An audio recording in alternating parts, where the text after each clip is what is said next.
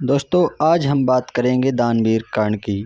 महाभारत के एक ऐसे विलक्षण प्रतिभा के धनी दानवीर कर्ण की मृत्यु कैसे हुई। दोस्तों जिन लोगों ने महाभारत पढ़ी है या जिन लोगों ने नहीं पढ़ी उन दोनों के लिए ये वीडियो पूरा देखना आवश्यक है। तो बने रहिए वीडियो के आखिर तक और जानिए दानवीर कर्ण की विशेषताएं। दोस्तों दानवीर कर्ण अर्जुन के बड़े भाई थे, जो कि दुर्भाग्य से अर्जुन के सबसे बड़े शत्रु भी थे। महाभारत का युद्ध जीतने में अर्जुन के रास्ते का सबसे बड़ा अगर कोई कांटा था तो वो थे दानवीर कर्ण।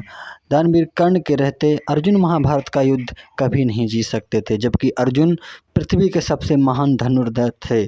लेकिन फिर भी बड़ा भाई होता था। दोस्तों भगवान कृष्ण ये जानते थे कि कर्ण अर्जुन के बड़े भाई हैं, परंतु उन्होंने ये राज अर्जुन को इसलिए नहीं बताया कि अगर अर्जुन को ये पता चल गया कि कर्ण उनके भाई हैं तो अर्जुन संभवतः उनका वध नहीं करेंगे और कर्ण अर्जुन का वध कर देंगे, क्योंकि कर्ण अर्जुन का वध करने के लिए तत्पर रहता था हमेशा।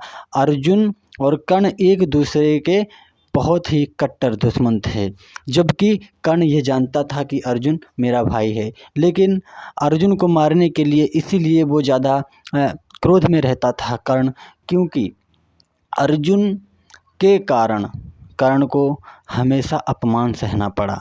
इसीलिए वो अर्जुन पे प्रतिघात करने का अवसर नहीं रहता था कि कब मौका मिले और कब मैं अर्जुन का वध कर दूं। तो दोस्तों कर्ण जो था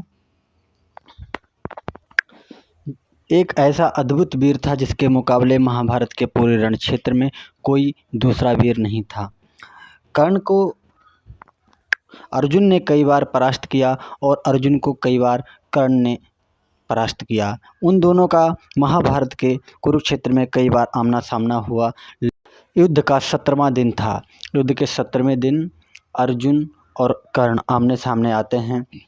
भगवान श्री कृष्ण ये समझ जाते हैं कि अब कर्ण का मरना आवश्यक हो गया है, क्योंकि अगर कर्ण रहा तो धर्म की स्थापना कभी नहीं हो सकती, और धर्म की स्थापना नहीं होगी तो फिर मेरा इस पृथ्वी पर अवतार लेना बेकार है। और कर्ण को यदि आज अर्जुन ने नहीं मारा तो कर्ण अर्जुन को मार देगा और पांडवों की हार हो जाएगी, धर्म की हार हो जाएगी। और जबकि भगवान कृष्ण ने माता कुंती को ये वचन दिया था कि मेरे रहते एक भी पांडव का अहित नहीं होगा, तो वो भगवान योगी राज कृष्ण अपना वचन कैसे झूठा होने देते।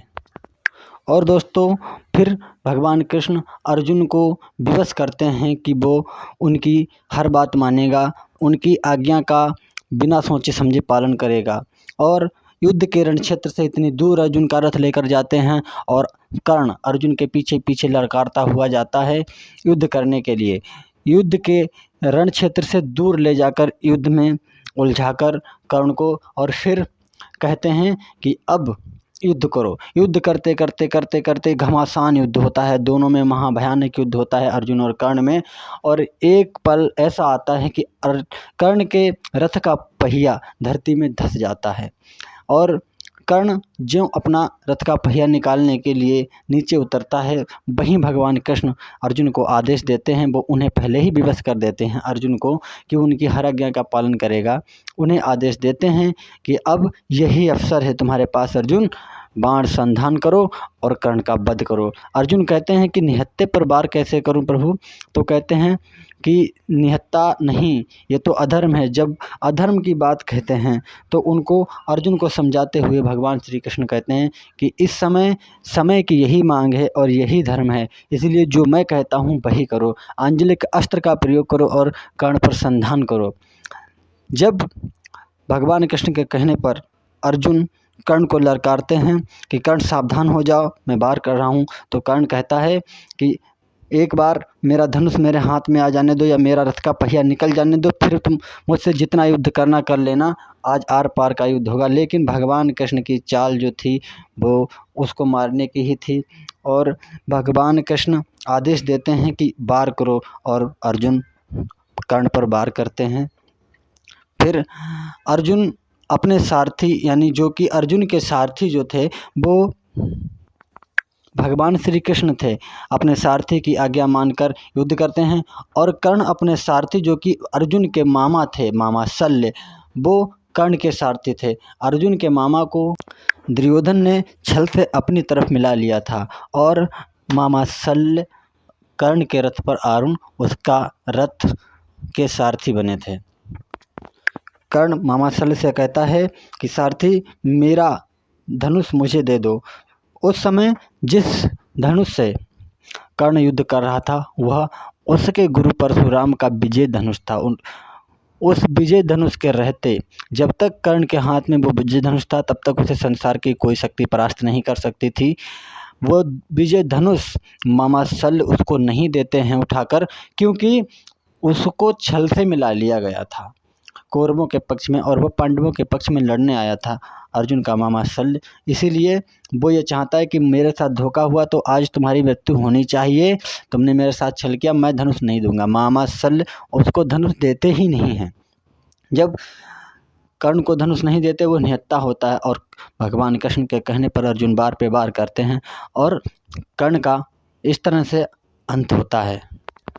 दोस्तों, निहत्थे कर्ण पे वार करके ही अर्जुन उसका वध करते हैं, अन्यथा उसके हाथ में विजय धनुष आते ही उसका वध कर पाना असंभव था। कर्ण अपने आप में एक विलक्षण प्रतिभा का धनी और अद्भुत योद्धा था। महाभारत का अद्वितीय योद्धा था कर्ण, उसके मुकाबले दूसरा योद्धा नहीं था। और कर्ण की मृत्यु के बाद जब यह राज अर्जुन को पता चलता है कि कर्ण मेरे भाई हैं, तब जाके अर्जुन बहुत पश्चाताप करते हैं, रोते हैं और भगवान कृष्ण को कहते हैं कि ये केशव, तुमने ऐसा छल से क्यों करवाया? जब तुम्हें पता था कि ये मेरे भाई हैं तो तुमने ऐसा क्यों बताया? तो भगवान श्री कृष्ण बड़ा प्यारा सा जवाब देते हैं कि यही नीति थी और जो नीति में लिखा होता है उसे कोई टाल नहीं सकता। मामा शल्य को भी तभी पता चलता है कि जिसको मैंने धनुष ना देकर मरवा दिया, जिसका वध करवा दिया, वो मेरा बड़ा भांजा था। उसके बाद मामा शल्य को भी बहुत पछतावा होता है और वह बहुत रोते हैं और फिर वह शपथ लेते हैं कि जिस कारण आज मेरा बड़ा भांजा मारा गया, मैं उसका प्रतिशोध अर्जुन से ज़रूर लूँगा। फिर उनका हृदय परिवर्तन होता है कर्ण के प्रति। तो दोस्तों, अब मामा शल्य कैसे पांचों पांडवों से युद्ध करके पांचों पांडवों को परास्त करते हैं, यह जानने के लिए चैनल को सब्सक्राइब करें, बेल आइकन को प्रेस करें ताकि आने वाला वीडियो सबसे पहले आप तक पहुँच सके।